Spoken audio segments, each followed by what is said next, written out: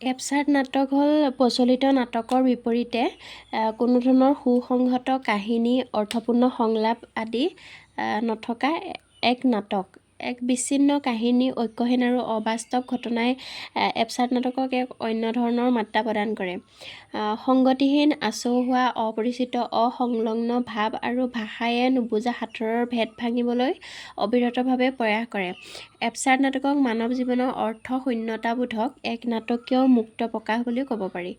মানৱ জীৱনৰ বাকৰুদ্ধ যন্ত্ৰণা, বিষাদলগ্ন আৰু বিফলতাকে এপচাট নাটকে সকীয়াই দিয়ে। প্ৰাচীন নাট্য সাহিত্যত এপচাট নাটকৰ লক্ষণ সুপ্তভাৱে প্ৰবাহিত হৈ আছিল যদিও দ্বিতীয় মহাযুদ্ধৰ ভয়াৱহ বিভীষিকাৰ ফলত এই নাট্যধাৰাই স্পষ্ট ৰূপত দেখা দিয়ে। দুখন বিশ্বযুদ্ধৰ ভয়াৱহতাৰ মাজেদি পাৰ হৈ অহাৰ পিছত জীৱনৰ পূৰ্বৰ লক্ষ্য আৰু উদ্দেশ্য হেৰুৱাই মানুহে অৰ্থহীন, অসংলগ্ন আৰু যুক্তিহীনতাত ভোগে। এই প্ৰভাৱ সাহিত্যৰ অন্যান্য বিধাৰ লগতে অসমীয়া নাটকতো পৰেহি।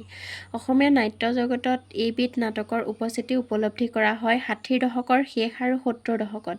অসমীয়া ভাষাত অৰুণ শৰ্মা নাটক এই ক্ষেত্ৰত উল্লেখনীয়। তেখেতৰ শ্ৰী নিবাৰণ ভট্টাচাৰ্য নাটকত আংশিকভাৱে আৰু আহাৰ নাটকত এপচাট নাটকৰ ধৰ্ম স্পষ্ট ৰূপত দেখা যায়। ধন্যবাদ।